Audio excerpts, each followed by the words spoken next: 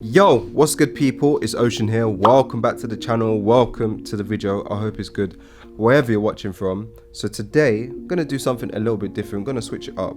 I want to share with you my process or my progress of how I've been learning guitar over the past year or so. And I guess you could call it like my guitar transformation within the last year. And it's definitely going to be more from a music producer's perspective. So I've been teaching myself and learning the guitar for a while now. And I think I've got it up to a place where I think my loops are sounding a lot better than when I was first making loops. But more importantly, I feel like I've managed to figure out like a process of how to apply it for music production and make it sound somewhat good, even if you haven't been playing for like loads and loads of years. So yeah, I kind of just want to share some tips with you, some stuff that I do that's really helped me improve, because I always get this question on DMs. So yeah, I hope you enjoyed this one. I hope you find it useful. I got my first guitar in the beginning of last year, so the beginning of 2020, and to be honest, yeah, for the first 3 months that I had this guitar, it was just sitting in the corner like a statue, just gathering dust. I wasn't playing it, I wasn't doing anything. Once lockdown hit around April time, I thought to myself, you know what, I got this guitar, I might as well just pick it up, learn it, try and figure it out and start making some music with it. It'll be a good time to learn a new skill. I feel like as a music producer, if you can play an instrument, it definitely just makes life a lot easier when you have that understanding of an instrument, especially with the keys, but it's also good to know other instruments like the guitar and stuff. And as someone who loves guitar track beats, guitar beats in general, it just made sense. So I made my first beat with the guitar, made a video on it, and looking back at it, it was kind of bad. I made it work, but it was quite bad. I'm gonna add some counter melodies to this now with my guitar.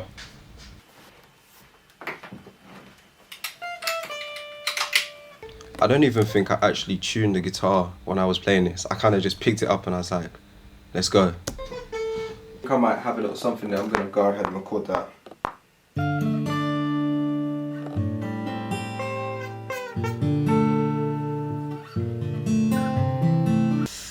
It was a bit of a madness. My technique obviously wasn't great. I don't even think I was picking the strings right.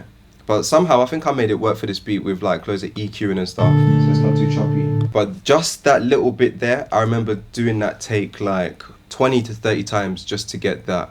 And it still didn't come out perfect, but I think that was probably like the first time of me actually like picking up the guitar and putting it in a beat. So after that I realized, you know, obviously my guitar technique was poor. I didn't really understand like what I was doing. I was just trying to figure it out, where there's nothing wrong with that, but I felt like I needed some guidance. So I got this course. It's called the Jamie Harrison Guitar Course. It was specifically for beginners, and it basically took you from like an absolute beginner on the guitar to understanding the fundamentals and the basics of the guitar. I bought every course on this Jamie Harrison website, Jamie Harrison Guitar website, and as you can see, 0%, 0%, 0%. Everything is basically incomplete. The only thing that I actually went through and completed was the Ultimate Beginner course. And I definitely recommend it. This isn't even like an affiliate link or anything like that. The topics that we went through were literally, you know, basics, introduction, guitar terms, gear talk, tuning your guitar, how to actually tune your guitar. So that was a big problem I had, and I think a lot of beginners have, and that's literally like when you put your fingers on the guitar and pressing down properly so you get a clean sound. When you watch that first clip of me playing the guitar, you can hear it buzzing and everything. It's not really sounding clean. I want to say it took me 3 or 4 weeks to finish the whole course, going through a couple of videos every single day and then applying it to the guitar. I think I'm going to record each of those guitar sections in piece by piece, because my hand, I'm not fast enough at playing the guitar to like move from section to section like that. I just kind of got to do what works for me. I'm not really that good at playing the guitar. So that's something that I always used to do in the beginning. Because I couldn't move my hands quick enough to change from one chord to another, I had to finesse it. So I'd play one part, record that in, play another part, record that in, then join them all up together, and then within the door, just make sure it all sounds smooth. And that's a good way in the beginning, like, you can really finesse it within your door to make it sound good, to make it sound like you played it flawlessly.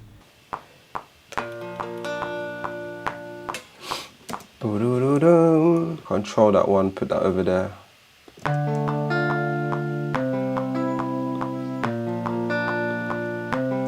So yeah, now that all of that was put together, joined together, it actually sounds, you know, like a decent loop, like I actually played that in altogether. Once you put other layers and stuff on top of it, you wouldn't really know that I played it in separately. And in the end, what really matters is how it all comes together, rather than like, did I play this chord all together and stuff like that. That was 2 months after the first video, and I remember I had a friend of mine who's a professional guitarist. Shout out Rory. He gave me some tips. The first thing he told me was to start learning scales, and specifically the minor pentatonic scale, because that scale itself is very useful when it comes to improvising. So instead of playing all those notes, the minor pentatonic scale, it removes the second and the sixth in that scale, so it makes it like.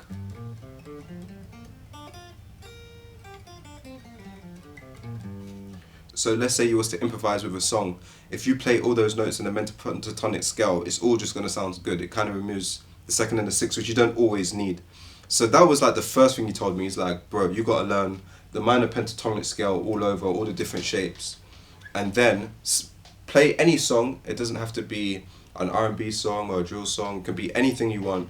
Just play the song, figure out what the scale of the song is, and then just improvise with the minor pentatonic scale. So first of all, I learned all the shapes. I'd literally sit there for hours just try and get that.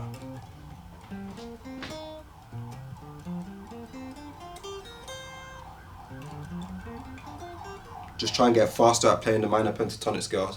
Once I got comfortable with the minor pentatonic shapes all over the fretboard, I'd go on Spotify, search a random song that I like, and then I would just jump along to it, but only use the notes in the pentatonic scale, because I know for sure as long as I keep within the scale, it will sound good. And that's what helped me improve when it comes to just like improvisation and figuring out like top line melodies and counter melodies when it comes to making my own loops. Along with just like improvising and learning the scales, he also advised me on to start learning songs, not so I could be able to just play a song for the sake of it, but more just get used to playing chords and moving my hands between the chords. So when you start to like learn songs and that, it just really helps with your playing in general.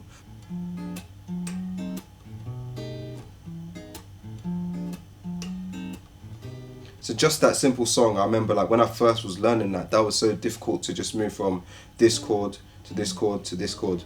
But the more you practice learning songs, it really just helps like move my hands and get used to playing chords as well. I started to learn some bossa nova songs as well, because they'll give me chord shapes where I'd never, if I wasn't playing bossa nova, I probably wouldn't see this chord shape. But it was still good to know, just because my hand will just have to move all over the place and just really have to get comfortable with playing different things.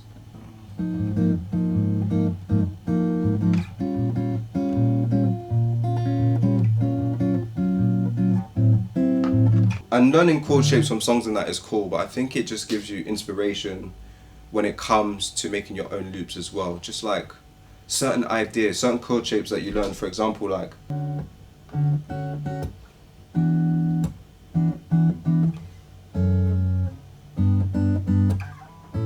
so even just like learning simple songs like that. So in that song there, they would do cool things like just hammer down on the last note, and it kind of gives it a cool feeling. And I'll just take that same kind of concept and just hammer down when I'm playing some notes. You know, maybe just like sliding up a note, sliding from fret to fret. These little things I would take with me when I'm making a loop, and it would just make my loop sound way more interesting. I got the guitar pedal out in this one. This is like when I first kind of started getting a bit nerdy with the guitar. I bought guitar pedal just to switch it up, and it was sounding sick, I'm not gonna lie.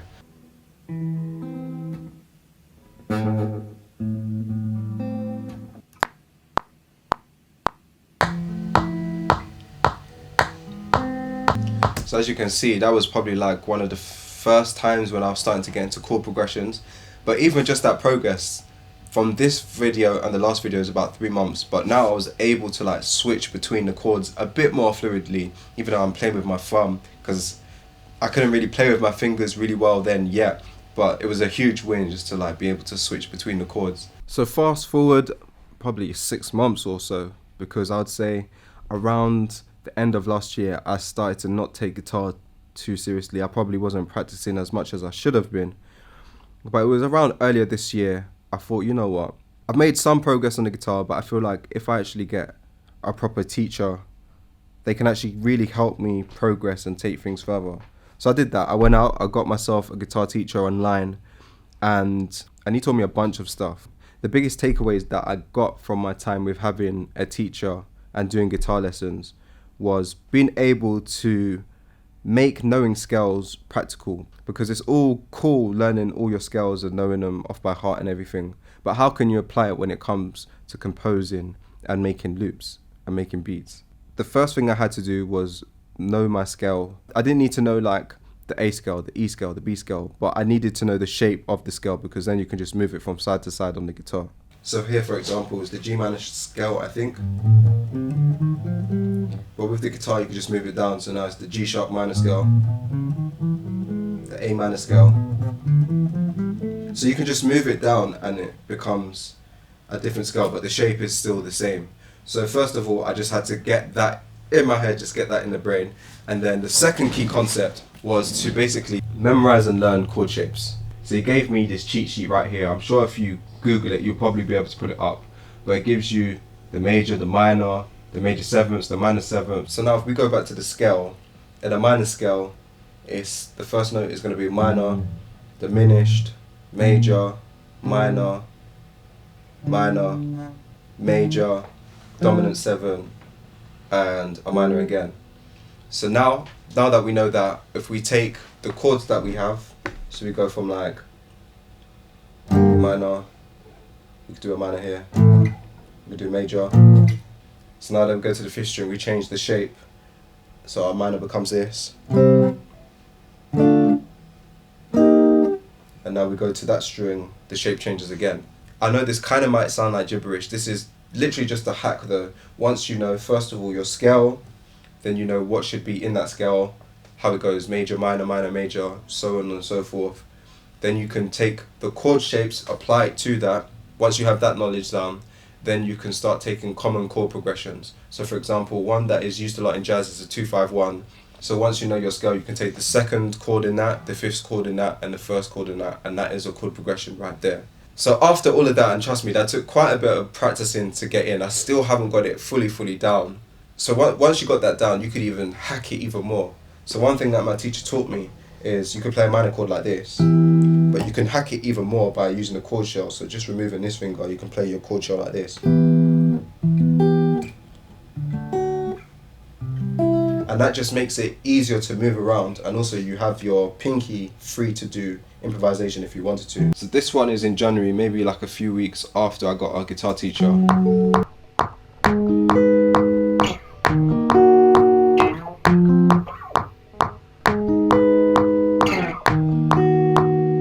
So instead of using the 4 chord like normal, I'm just using the chord shell so I can move around easier and quicker. A few months after that, I met a producer who kind of just blew my mind when it comes to playing the guitar. Like it completely just changed like the way how I was approaching playing and practicing the guitar. I met a producer called Alan Sampson. I went to his studio, he was cooking up some beats and he was playing the guitar, but he was playing amazingly. Like he was doing all these crazy things and playing like very R&B kind of style stuff, just just going mad on the guitar. And I was like, rah, you're sick of the guitar. How long you been playing for? Like, how you been learning? And he's like, you know what? I've been playing for a year. And I couldn't believe what I was hearing. Like, he'd only been playing the guitar for a year, but he sounded as if he'd played for like 10 years. And what he told me was that he would just practice the guitar for hours every single day. So he would spend about 6 hours practicing the guitar. He would spend about 1 hour to 2 hours on one exercise that would unlock his hands. I'll quickly show you it as well.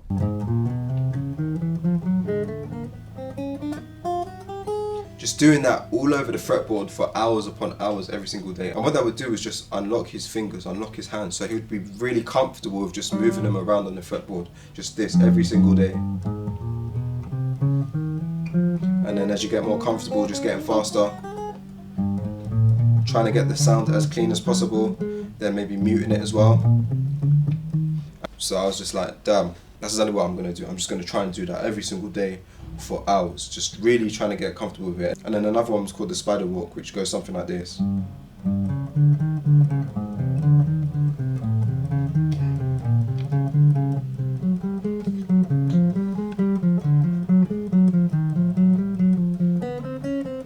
you just move in down the strings, down the fretboards, and again, you just spend hours doing that, just moving along. After that studio session with Alan, literally every single time I was making a beat, I'd have my guitar just in my lap. Maybe I wouldn't create with the guitar, but as long as I had it in my lap, it would kind of force me to use the guitar and just get in more hours, more practice of the guitar. This is a video that I did kind of recently, and after putting in a few hours of doing those fingering techniques, you could really hear a difference of how I'm moving between the chords now. It's just a bit more fluid.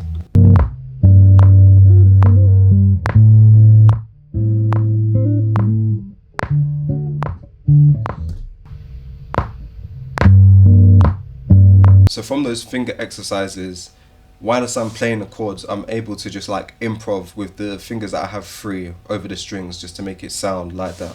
I've gone through my random samples folder and I found a loop. I'm pretty sure this is the first like full-on guitar loop that I made, all the way from 13th of May 2020. So that's just over a year ago. This is how it sounds.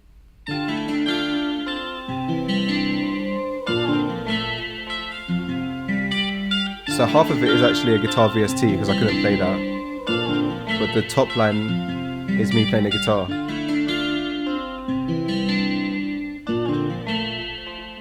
The dun dun dun dun, that's me playing, and the higher bit. So as you can hear, like the quality just doesn't sound great. You can hear, I don't know, it just sounds a bit meaty. But then I've also got the last guitar loop that I made, which is about a couple of days ago. And you can really hear the difference now. This is the last guitar loop that I made.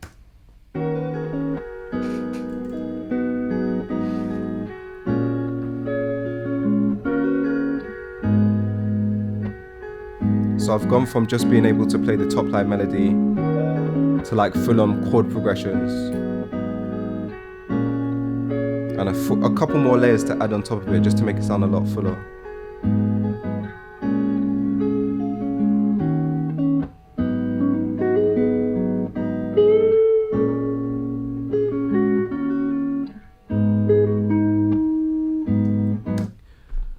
So within the last year of playing the guitar, I definitely think there's been a huge improvement. Obviously, as I said before, I'm not the best guitar player, but I'm happy that I'm at a place where I can play enough to make a good beat. And yeah, I hope you enjoyed this video. I hope you found it useful. This one was just definitely more of like a tips video, because I know a lot of you want to learn instruments and possibly learn the guitar to start making beats with it as well. So this is the steps that I've taken, and I'm just going to keep on continuing. I want to take my loops from like, they're here now, I just want to take them like to the moon. I just want to make them way better. So I'm definitely going to continue to practice and just keep on evolving until one day I can just pick up the guitar and just do a madness, like crazy shreds and all of that. If you like this video and you found it useful, please hit the thumbs up button because it really helps. That is about it for this video. I'll see you in the future.